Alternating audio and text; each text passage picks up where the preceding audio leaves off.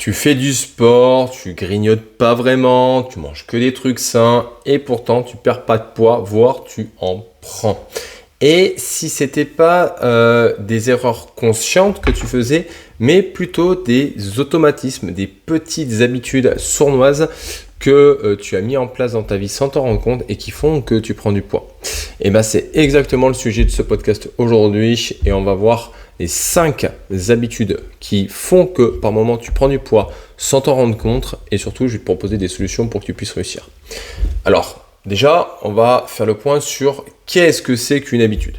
Une habitude c'est un comportement que tu as appris, répété et automatisé.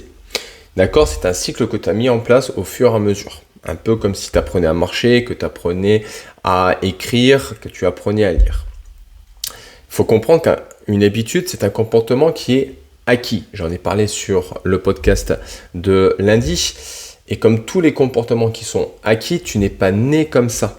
C'est-à-dire que tu l'as appris, ce qui veut dire que du coup, tu peux aussi le désapprendre. Tu peux changer de schéma. D'accord ? Pour ça, il va falloir trouver un nouveau cycle et surtout le répéter assez de fois pour pouvoir, à un moment donné, changer ses habitudes. La première chose à faire, ça va être d'identifier d'abord les habitudes qui te desservent et la deuxième étape, ça va être de trouver des alternatives concrètes pour pouvoir réussir. Ok ? Changer, ça commence toujours par voir ce qui ne va pas pour pouvoir l'améliorer. Ok ? Tu peux pas à un moment donné changer et dire bon, je vais tester et on va voir si ça passe. Non, il faut d'abord que tu vois qu'est-ce qui déconne pour pouvoir voir qu'est-ce qu'il faut changer. Donc maintenant, les 5 habitudes que je vois souvent chez les femmes qui n'arrivent pas à perdre du poids et qui par moment en prennent et me disent Jérôme, en fait, je fais tout bien, je ne comprends pas. La première chose, ça va être le fait de finir les assiettes des enfants pour pas gâcher. Ça, c'est une habitude que je vois très souvent chez les mères de famille. Ok, elles ont fini leur assiette, elles ont plus faim, elles ont mangé correctement, elles ont respecté les quantités, mais leurs enfants n'ont pas fini les assiettes et pour pas gâcher, elles se transforment en poubelle de table. Mais à un moment donné, qui te dit que tu vas gâcher ? À un moment donné, on va être clair, les Tupperware, ça existe. Ok ? Faire des plats, des restes à la fin de semaine ou de 3 jours, c'est possible. Donc en fait, ton enfant ne finit pas, c'est pas grave, tu le mets en Tupperware et basta. Ok ? Mais le réflexe de se dire, je ne jette pas, d'accord, donc du coup, je vais l'avaler, ben, en fait, concrètement, tu te prends pour une poubelle de table. Ok ? Donc, si ton enfant n'a pas fini son assiette, si tu n'as pas fini ton assiette, ben, ne te force pas à finir, tu le fous dans un Tupperware ou tu te jettes. D'accord, mais c'est pas du gaspillage. Ce qui est vraiment du gaspillage, c'est de manger alors que tu n'as plus faim. C'est à un moment donné, tu n'es pas une poubelle de table. Ok ? Parce que ça, c'est le vrai comportement d'une poubelle de table. La deuxième, c'est le fait de sauter un repas pour anticiper un excès qui va arriver. Ça arrive extrêmement régulièrement. Je le vois beaucoup chez les personnes qui ont fait des régimes ou qui ont une relation avec l'alimentation qui est un petit peu compliquée. Et du coup, en fait, leur système, c'est tu pars d'un principe simple, je ne mange pas, donc je vais économiser un stock de calories qui fait que derrière, je vais pouvoir manger un peu plus sur le prochain repas et ça va s'équilibrer. Alors, si on était des robots et que c'était mathématique, oui, ça pourrait fonctionner. Le problème, c'est que ce n'est pas le cas. Donc, qu'est-ce qui vient se passer quand tu viens sauter un repas pour aller en chercher un autre après ? Tu vas commencer à accumuler une pression, une dette de faim. D'accord ? On va dire que par exemple, tu avais une faim sur 6 sur 10 à ce moment-là. Tu ne manges pas, tu attends le soir parce que tu vas avoir un apéro dînatoire et que tu ne veux surtout pas craquer. Et donc du coup, tu arrives à cet apéro dînatoire, tu n'es plus à 6 sur 10. En fait, tu es à 8 ou 9 sur 10. Tu pètes la date, avant qu'il gargouille, tu n'as qu'une chose, c'est te jeter sur la bouffe. Et automatiquement, et c'est physiologique, c'est physiologique chez nous. Si tu fais ça, le problème c'est que tu vas arriver sur la bouffe, tu vas tout dégommer par faim. Parce que simplement tu auras faim. Mais en fait, du coup, tu vas manger plus que ce que tu as besoin à ce moment-là. Donc en fait, là où tu auras économisé peut-être 300 à 500 calories, tu vas en bouffer peut-être 1200, 1300, 1400 parce que dans ta tête, tu vas te dire j'ai économisé un repas, donc du coup, je peux me faire plaisir là. Et là, du coup, c'est la foire aux excès. Donc, À un moment donné, ça sert à rien de t'affamer parce que ça, à la sortie, tu vas perdre le contrôle et tu vas manger beaucoup plus que prévu. Ok? Je le répète souvent, on ne compense pas un repas à l'avance. On le régule après selon sa faim, son ressenti et son énergie. Donc, tu as fait un apéro dînatoire. Déjà, ne te pointe pas à l'apéro dînatoire avec la faim au ventre. Assure-toi de ne pas avoir faim ou avoir une faim qui est normale. Ça te permettra d'avoir faire des stratégies qui sont conscientes et d'éviter de faire n'importe quoi. En deux, si le lendemain ou le surlendemain, tu as moins faim, et ben tu manges moins tout simplement à ce moment-là, en veillant à garder tes apports, d'accord, mais tu manges moins, tout simplement. Ton corps est capable de s'autoréguler de manière facile. Je vais te donner un exemple. Personnellement, quand je fais des trails longs, j'ai moins faim sur cette journée-là. Donc, du coup, je fais un déficit calorique qui est énorme. Mais c'est pas de mon propre fait, en fait. C'est que je n'ai pas faim parce que quand je fais du cardio et que je fais du trail pendant plus de 3 heures, 4 heures, je n'ai pas faim après. Par contre, les 2 jours suivants, en fait, mon corps, même si je ne fais que très peu d'activité physique après, mon corps, en fait, va réclamer énormément de nourriture parce que, du coup, en fait, il vient compenser cet énorme déficit calorique par me demander plus d'énergie, du coup, sur les jours d'après.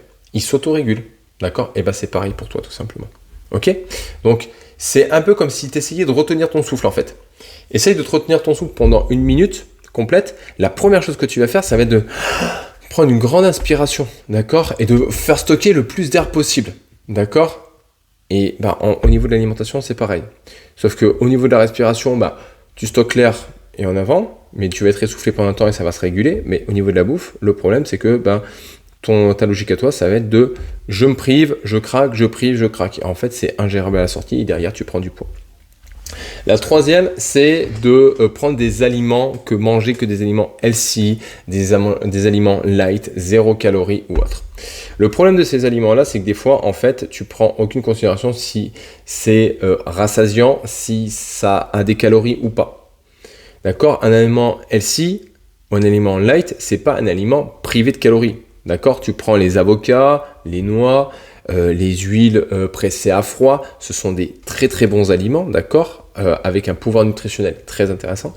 Par contre, ils sont extrêmement caloriques, d'accord? Si tu viens prendre 3 cuillères à soupe d'huile, ok, t'es sur 6, t'es environ pas loin des 300 calories, tu vas être à 270 calories. C'est énorme. 3 cuillères à soupe, 30 grammes. Donc, c'est pas le problème de sain ou pas sain, d'accord? C'est le problème à un moment donné, il y a des aliments, ils ont un coût calorique, il faut en prendre en compte. Et donc, du coup, gérer la quantité en fonction. Pareil pour les smoothies, les jus, les yaourts, d'accord, les choses un peu allégées. Le problème, c'est que vu que ça n'a pas de fibre, c'est très peu rassasiant. Parfois, c'est extrêmement sucré. Et du coup, c'est trompeur parce que tu as l'impression de manger des choses qui sont, entre guillemets, saines, d'accord? Mais à la sortie, en fait, tu viens créer des grands pics de glycémie dans la tronche qui sont peu intéressants. Mais en plus, tu vas avoir faim. Donc, du coup, tu vas automatiquement, à un moment donné, remanger derrière ou avoir des sensations de faim ou de fatigue. Donc, c'est pas forcément la chose intéressante. C'est intéressant de mélanger les textures, le liquide, le mâché, le mou, toutes ces choses-là. Et le danger, c'est tout ce qui est light. Parce que, en fait, dans ta tête, tu te dis, ouais, c'est light, c'est bon, d'accord? Donc, du coup, tu vas en manger un tout petit peu plus vu que c'est light, et à la sortie, en fait, tu vas dépasser tes besoins. Ok? Faut, à un moment donné, s'enlever de la tête. Le light, c'est pas forcément la bonne solution. Ok? Ça peut être une solution des fois, si tu respectes les mêmes quantités que sur une chose normale. Mais par exemple, je vais te donner des cas concrets. Hein. Moi, j'ai des filles, c'est l'été, hop là, je mange que des salades, et c'est des salades saines. Je fais vraiment attention, voilà, à mettre beaucoup de verdure et autres.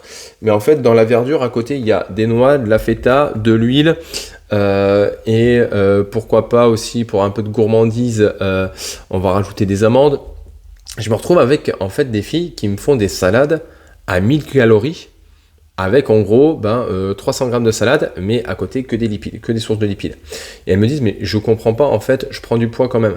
Mais c'est normal en fait, parce qu'en fait, tu as bouffé du gras du début à la fin. Alors oui, c'est très bien au niveau hormonal, mais par contre, au niveau perte de poids, on va repasser, ok? Pareil, j'ai eu le cas des crêpes light, d'accord? J'ai mangé des crêpes light, donc du coup, je peux me rajouter plus de Nutella. Mais à la sortie, du coup, en fait, tu as mangé des crêpes light, certes, mais avec la dose de Nutella que tu as bouffé, en fait, tu t'es retrouvé à faire comme ça s'appelle, une bombe calorique qui est pareil. Et en fait, tu as peut-être mangé 50 ou 100 calories de plus que si tu avais mangé des crêpes normales et que tu avais dosé un petit peu l'apport en Nutella. Tu vois, et c'est cette peut-être logique-là à prendre en compte. C'est pas parce que c'est light ou sain que c'est pas calorique, ok? Et qu'il faut pas faire attention aux quantités à un moment donné. Faut rester à un moment donné conscient de ce que tu mets en place. Ok? La prochaine, c'est la sédentarité. Et la sédentarité, à un moment donné, on va être clair, le canapé, la chaise, ce ne sont pas vos amis. Ok? Tu peux faire du sport toute la semaine. Si à un moment donné, en fait, tu es tout le temps dans ta voiture, dans ton bureau, dans ton canapé, tu es en train de te tuer à petit feu. C'est un fait à un moment donné. D'accord? Ton NEAT, d'accord, c'est toutes les activités que tu fais hors l'activité physique. Elles viennent correspondre à environ 20% de tes dépenses énergétiques sur la journée. Ok? Si tu ne le préserves pas, tu ne peux pas réussir. Et alors, à un moment donné, j'aime bien prendre le côté, tu vois, se lever de temps en temps et aller faire un aller-retour de bureau, aller jusqu'à la machine à café, aller dire bonjour à un collègue, demander le dossier directement au collègue au lieu de lui envoyer un mail. Toutes ces petites choses, en fait. Et souvent, en fait, quand je vous explique ça, vous me dites oui, mais j'ai pas le temps, oui, mais j'ai pas le droit de faire de pause ou machin. Et en fait, j'aime bien poser la question, mais en fait, ton collègue qui fume là, tous tes collègues qui fument leur clope toutes les 2-3 heures, ils la prennent la pause, et pourtant ils sont pas moins productifs que toi. Donc pourquoi eux, en fait, ils pourraient faire des pauses clope, et toi, tu pourrais pas faire une pause marche aller-retour? Ok? Un truc tout simple. Enfin, ça, franchement, c'est possible, je pense. Donc, ça va pas te prendre 3 plombes de te lever, de faire un aller-retour du couloir. Donc, simplement, en fait, fais-le, bouge, lève-toi, ne reste pas assis, le cul sur ta chaise. Ok? Le fait de faire des mouvements réguliers, discrètement et de les cumuler, ça va te permettre de booster ton métabolisme et d'améliorer du coup ta perte de poids. C'est un fait.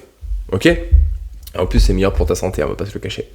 La dernière, c'est de vouloir aider tout le monde et de t'oublier. Ça, c'est une habitude qui est sournoise, beaucoup chez vous, mesdames, on va pas se le cacher. D'accord? Tu aides tout le monde sauf toi. Ok? Tu dis, vous inquiétez pas, j'ai de mes enfants, j'ai de mes amis, j'ai de mon mari, j'ai de ma famille, tout va bien. Moi, par contre, personne m'aime, je gère tout, toute seule et je veux déranger surtout personne. Et moi, j'en ai beaucoup quand elles rentrent dans mes accompagnements, c'est les premiers réflexes, je leur dis, mais putain, je suis là. Ok? Et à un moment donné, vous n'êtes pas toute seule. Mais arrêtez de vouloir gérer tout toute seule à un moment donné. Arrêtez. Ok? Vous vous épuisez mentalement. En plus, vous venez capter les émotions et la charge émotionnelle des autres personnes. Et à la sortie, tu viens compenser avec l'alimentation. Donc du coup, tu as tout gagné. Ok? Mais à un moment donné, pourquoi tout le monde autour de toi aurait besoin de ton aide et que toi, en fait, tu aurais besoin de personne pour pouvoir t'aider? À un moment donné, tu vois que c'est pas logique. Ok? Accepte à un moment donné d'être soutenu. Accepte d'un moment donné, c'est une force d'être soutenu et d'avancer. Ok? Si les autres en ont besoin, en fait, t'es pas une exception. T'es pas la cuisse de Jupiter, d'accord? Donc du coup, toi aussi, tu as le droit à avoir besoin d'aide. Ok? Et dis-toi une chose, que ces habitudes, elles ne sont pas graves, elles ne sont pas honteuses. Ok? Mais elles sont invisibles par moments. Et par contre, extrêmement puissantes si tu ne les identifies pas. Ignorer ces habitudes, c'est un petit peu comme si tu essayais de freiner au lieu d'accélérer. C'est la même chose. C'est un petit peu comme si tu mettais le frein à main de la voiture quand tu voulais avancer. Ok? Et ce n'est pas que tu n'en fais pas assez. Non. C'est que, en fait, tu fais sans en avoir conscience. Tu ne le fais pas exprès. Tu le fais sans en avoir confiance. Comprends bien 3 mots à retenir de cette vidéo. C'est vraiment voir, comprendre, remplacer. Tout simplement. Le fait de mettre ça en place, c'est très simple, mais ça a vraiment extrêmement de pouvoir. Ok? Si tu veux être accompagné là-dedans, n'hésite pas, tu peux prendre rendez-vous directement avec moi ou un membre de mon équipe pour participer à un challenge de 21 jours où on t'expliquera comment mettre les choses en place, mais surtout, on te donnera des solutions concrètes pour que tu puisses voir, comprendre et remplacer dans ton quotidien les choses et répéter un nouveau cycle où tu te sentiras beaucoup mieux dans ton corps. Si tu es intéressé, clique sur le premier lien en description et on se retrouve de l'autre côté. Pour toutes les autres, les filles, une fois que vous avez compris ça, voir, comprendre, remplacer, et ben arrêtez d'enfiler des perles et passez à l'action.